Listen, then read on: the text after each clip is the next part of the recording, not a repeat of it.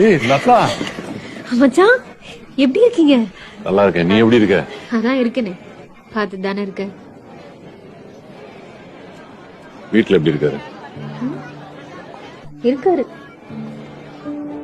வேலைக்கும் போறதில்ல, வீட்டுக்கும் வரதில்ல, டிவிக்கே இப்ப அப்படிதான் சுத்திட்டு இருக்காரு. கேட்டா விஜய் தான் மாசம் சொல்றாரு. அடுத்தற்குரியன்னு தோணும். டிவிக்கேன்னாரு. திடீர்னு அரசியல்ல குதிக்க போறேன்னாரு. எப்படியும் உருப்புற மாதிரி தெரியல.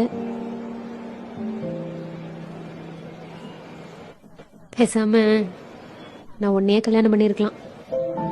எல்லாரும் சொன்னாங்க விஜய் ரசிகர் கட்டி கொடுக்காதீங்கன்னு. எங்க அப்பா தான் விஜய் ரசிகரா இருந்தானே யாரா இருந்தானு கட்டி வச்சுட்டாரு. இப்ப பாரு, இந்த ஊர்ல இருக்கிற எல்லாரும் தற்கொலைன்னு திட்டுறாங்க. இந்த கரூர் சம்பவத்துல